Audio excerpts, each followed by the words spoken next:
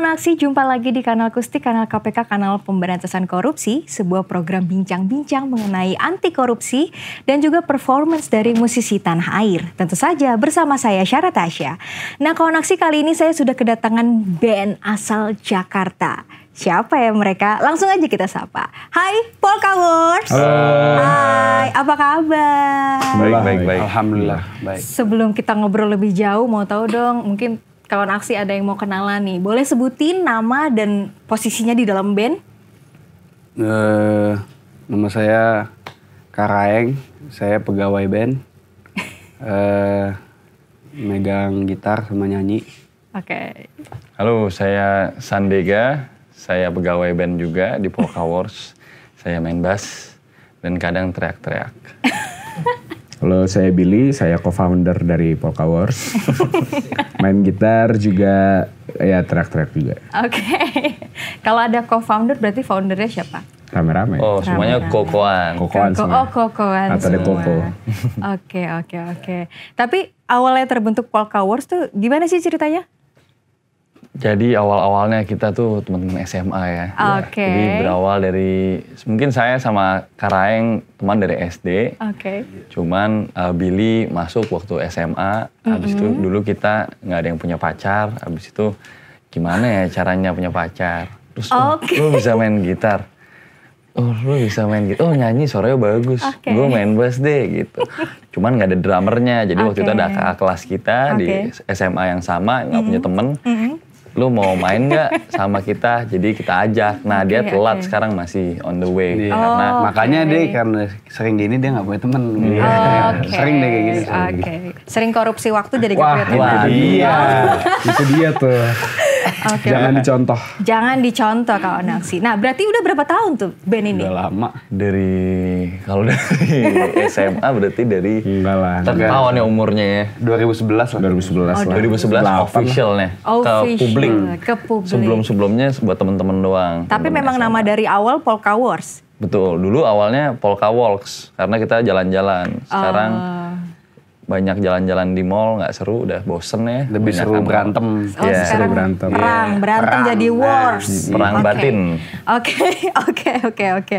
Nah, terus kenapa sih namanya Polka Wars? Biar ditanya kayak barusan sih sebenarnya. Ya lalu jawabannya? Jawabannya adalah biar ditanya, biar orangnya tuh jadi nempel di pikiran, begitu nggak tahu jawabannya, jadinya gemes, jadi pengen dengerin lagunya. Jadi dengerin lagunya deh, gitu. Tapi ada makna tersendirinya nggak maksudnya si Polka Wars itu? Nggak ada sih sebenarnya. Biar gampang aja SEO-nya gampang. Iya, jadi kalau di search nggak ada yang lain. Karena biarkan musiknya yang berbicara. Oke.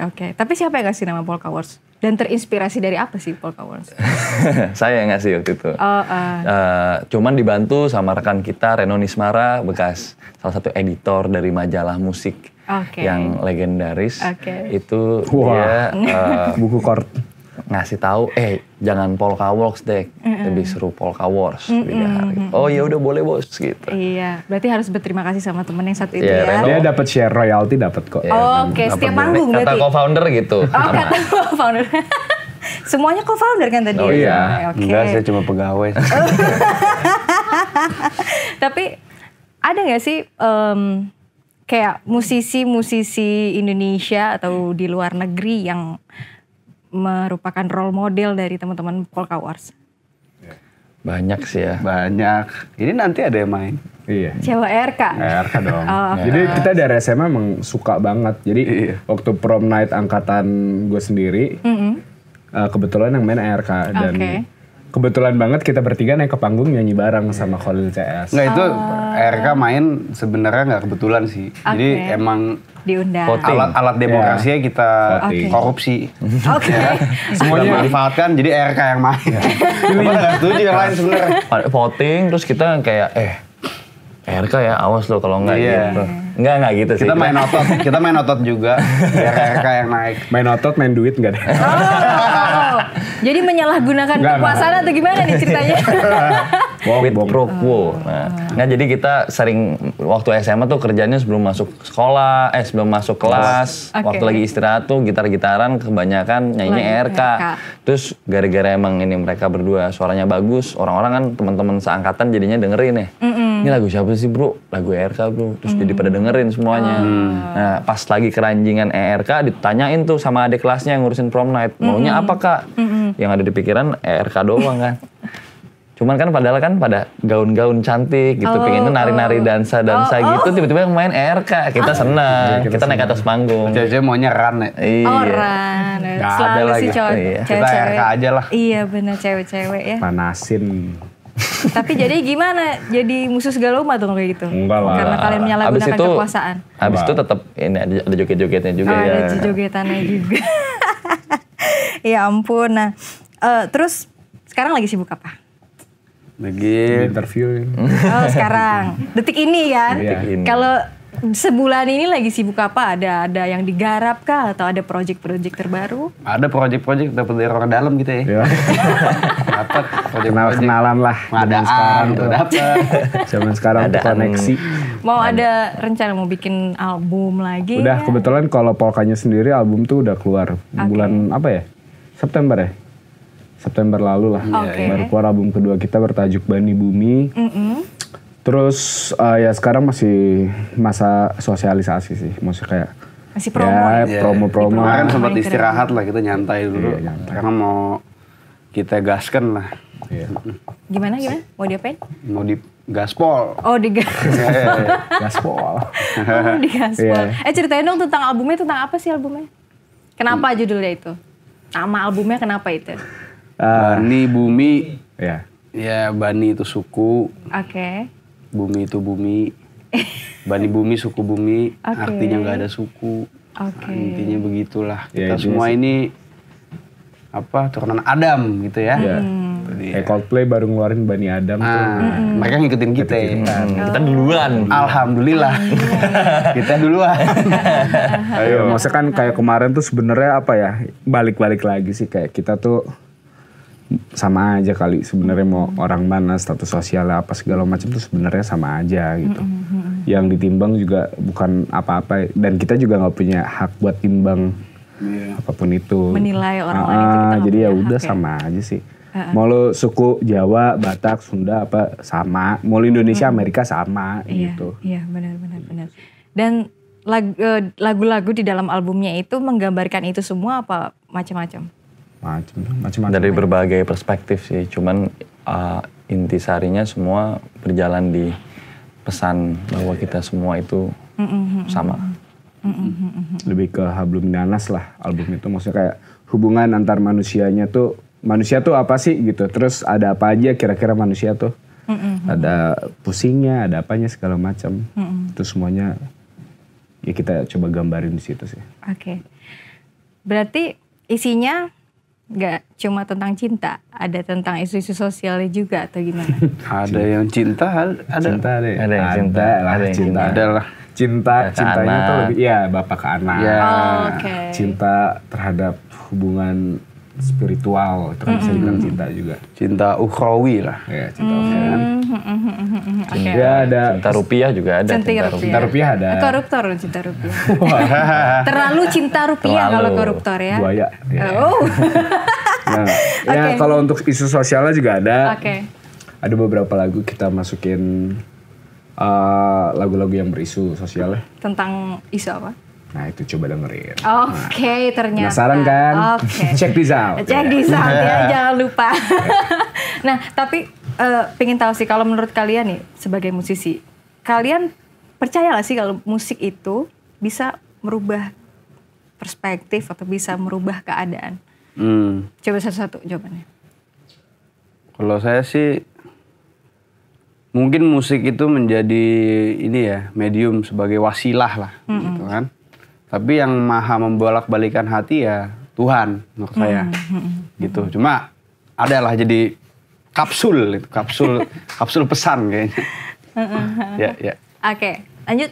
Ya bisa jadi ada orang-orang yang bisa, tadi bener sih kata yang mencakup apa yang dibutuhkan oleh masa dan juga orang-orang di saat dan konteks yang tepat, dan dia juga bisa istilahnya merangkum dengan tepat dan disampaikan dalam 3-4 menit gitu. Kadang ada, maksudnya dari zaman dulu, zamannya perjuangan dan revolusi berjalannya manusia, pasti ada-ada aja tuh. Ada musik yang menggambarkan perjalanannya ini, pasti ada musiknya. Dan seiring waktu berjalan pasti ada terus musik yang di istilahnya kayak soundtracknya movement ini, movement ini gitu. Jadi bisa sih dan selalu ada dan selalu musik karena musik paling universal sih kayaknya, karya yang paling universal, semua orang bisa terima. Sepakat. Terakhir? Ya bisa, maksudnya sebenarnya kan musik itu juga salah satu tools itu media juga sebenarnya gini, perubahan bisa mempengaruhi orang itu kan banyak caranya ya. Maksudnya ada juga yang lewat film, ada yang lewat tulisan, lukisan. Musik itu salah satunya gitu. Dan emang itu kan sebenarnya kan rasa ekspresi kita gitu ya untuk bermusik gitu ya. Dan somehow juga relatable mungkin sama beberapa orang gitu. Dan contohnya juga misal kayak gue waktu SMA nggak pernah tahu itu tentang kasusnya Munir gitu, terus dengerin RK yang di udara jadi tahu gitu kan. Oke. Seru banget perbincangan kita ya. Nanti akan kita lanjutin kawan aksi, tapi sekarang saatnya kita harus rehat sejenak. Jangan kemana-mana, tetap di kanal Kustik, kanal KPK, kanal Pemberantasan Korupsi. Kita akan segera kembali.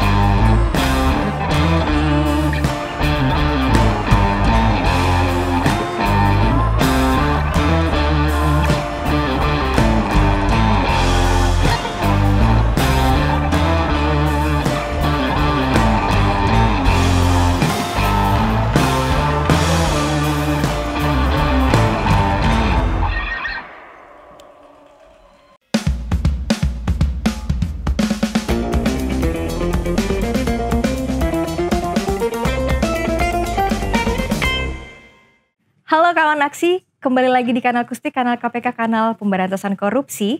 Masih bersama saya Syara Tasya dan Polkawars. Yeay. Oke, kalau tadi kita udah ngomongin tentang Polkawars dan musik-musiknya, tentang cerita tentang musiknya Polkawars. Kalau sekarang kita ngomongin tentang korupsi. Agak berat tapi nggak apa-apa ya. Ketahuan. Oh my god. Oke, Polkawars, menurut kalian kenapa sih korupsi itu sangat membahayakan bagi negeri ini? Kenapa? Boleh dijawab. Ya ini aja simpel aja. Kalau misalnya jembatan baut-baut dibeliin yang pada murah-murah kan, tiba-tiba ambruk, ini langsung korban jiwa, itu udah real banget, ya kan? Itu contoh konkret. Maksudnya yang spek ya itu speknya harusnya bagus, Ya, tapi korupsi spek. tiba-tiba dapat yang lebih murah gitu kan, duitnya disimpan.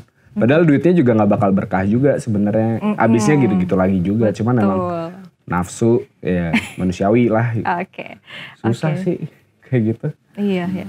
Tapi ya transparansi tuh kayaknya emang hal yang penting untuk kemajuan bersamaan. Jadi dan emang tidak ada jalan pintas. Cuman kalau ada transparan pasti kita bisa maju bersama-sama.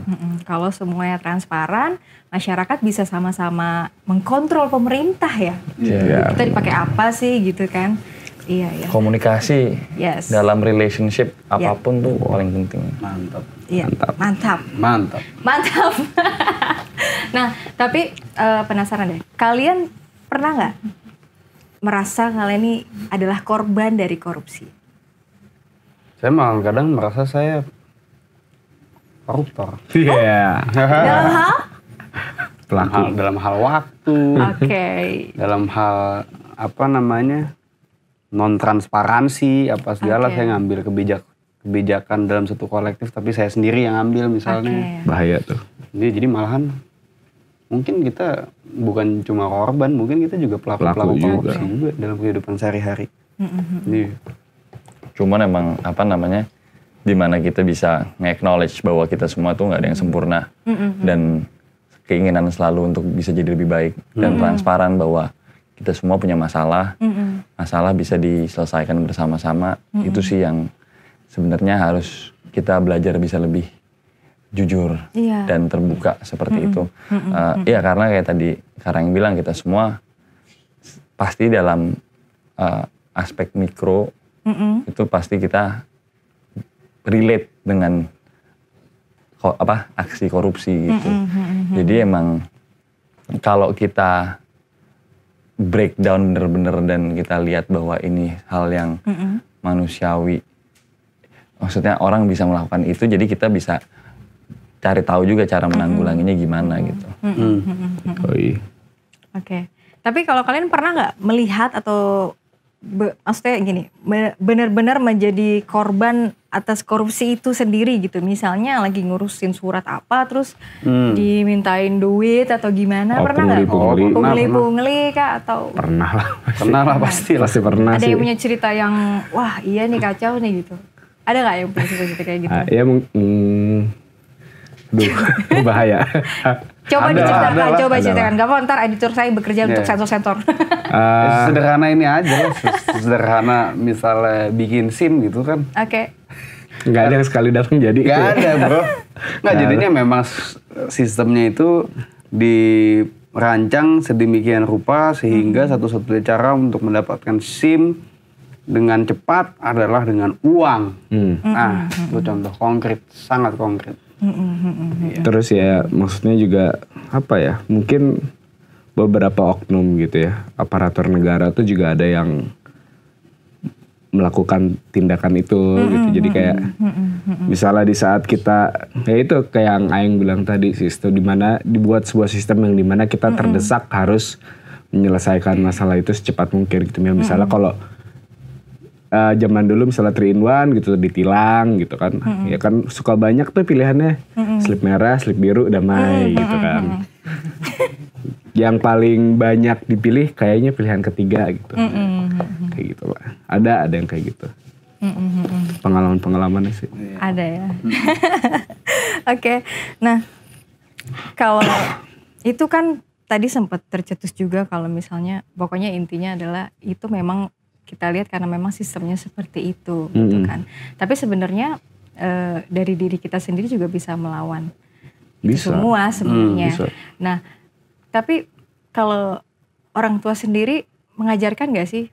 Misalnya ada gak nilai-nilai yang diajarkan misalnya untuk biar pas gede nanti nih kita gak jadi koruptor atau menghindari perilaku korupsi. Ada gak yang diajarin pas dulu orang tua mungkin ingat dulu waktu kecil dikasih tau apa, diajarin apa gitu?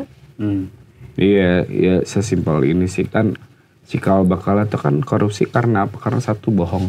Kedua tuh ngambil hak yang bukan punya dia gitu ya. Misalnya udah dari kecil diajarinnya berarti jujur gitu. Habis ngapain bilang aja, mau ditampol mau diapain ke belakang itu urusan ntar gitu. Mending jujur dulu, terus habis itu jangan ngambil hak orang lain. Misalnya gue punya adik gitu, jam makan gue ngambil ayamnya adik gue, itu jangan kayak gitu. Udah dijatahin satu-satu, jangan ngambil yang punya adik gitu. Tapi kalau adik udah makan di AW, Nah di KFC, masa itu nggak dia ambil? tuh. Karena ada obrolan dulu kan, Dek udah makan belum? Belum. Kalau belum kita kasih, kalau udah kita ambil. Yang penting jujur ya. Jujur. Itu yang paling penting kalau Jujur, naksir. komunikasi. Yes, dan transparan tadi ya. Dan benar. kesepakatan. Betul. Jujur itu, Betul. jujur itu Baik. hebat, gimana lo? Bersih itu. Sebagian dari mana lo? Bersih itu baik. Nah ini gue trigger nggak itu? Ya. Banyak slogannya, Eng. Oke. Jujur itu. Lagi. Ya. Oke. Honest. Oh, ya. Terakhir, Apa lagi? harapan kalian untuk pemberantasan korupsi di Indonesia ke depannya gimana? Dan untuk KPK sendiri tentunya. Inilah. Tersikat lah semua lah. Apa lagi? Siapa disikat?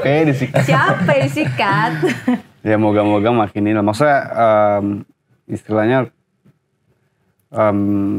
tingkat korupsi yang nihil di sebuah negara tuh semaju-maju negara di Skandinavia juga pasti masih ada korupsi kan. Cuma ya yang jadi harapan mungkin dari tahun ke tahun kalau misalnya bisa dibikin kurva, ya efektivitas pemberantasan korupsinya aja sih kalau bisa semakin naik, baik ya. sehingga bottom line-nya persentase birokrat yang korup itu mengurang. Malah kalau bisa jangan di birokrasi kenegaraan aja, di sektor swasta pun kayak misalnya perdagangan antar perusahaan kan banyak banget yang orang procurement, ya nih saya masukin Pak, tapi Bisa kali Pak, ada kickback dikit, diminta dana entertain lah apa-apa.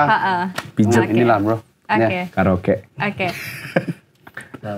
Iya sih, ya semoga juga ya lembaga negara ini kayak KPK, BPK semuanya itu bersinergi lah. Maksudnya kayak makin, karena kan sekarang kasusnya adalah ya kemarin udah disahkan kan si UU KPK itu. Jadi maksudnya kalau dilihat juga apa ya, pergerakan OTT juga udah hampir nggak ada, malahan gitu kan udah nggak ada berita gitu. Jadi mungkin ya harapannya sih mungkin apa ya itu bisa bekerja sama sih agar memberantas korupsi. Maksudnya di blok jalan yang ini buka jalan lain gitu. Oke.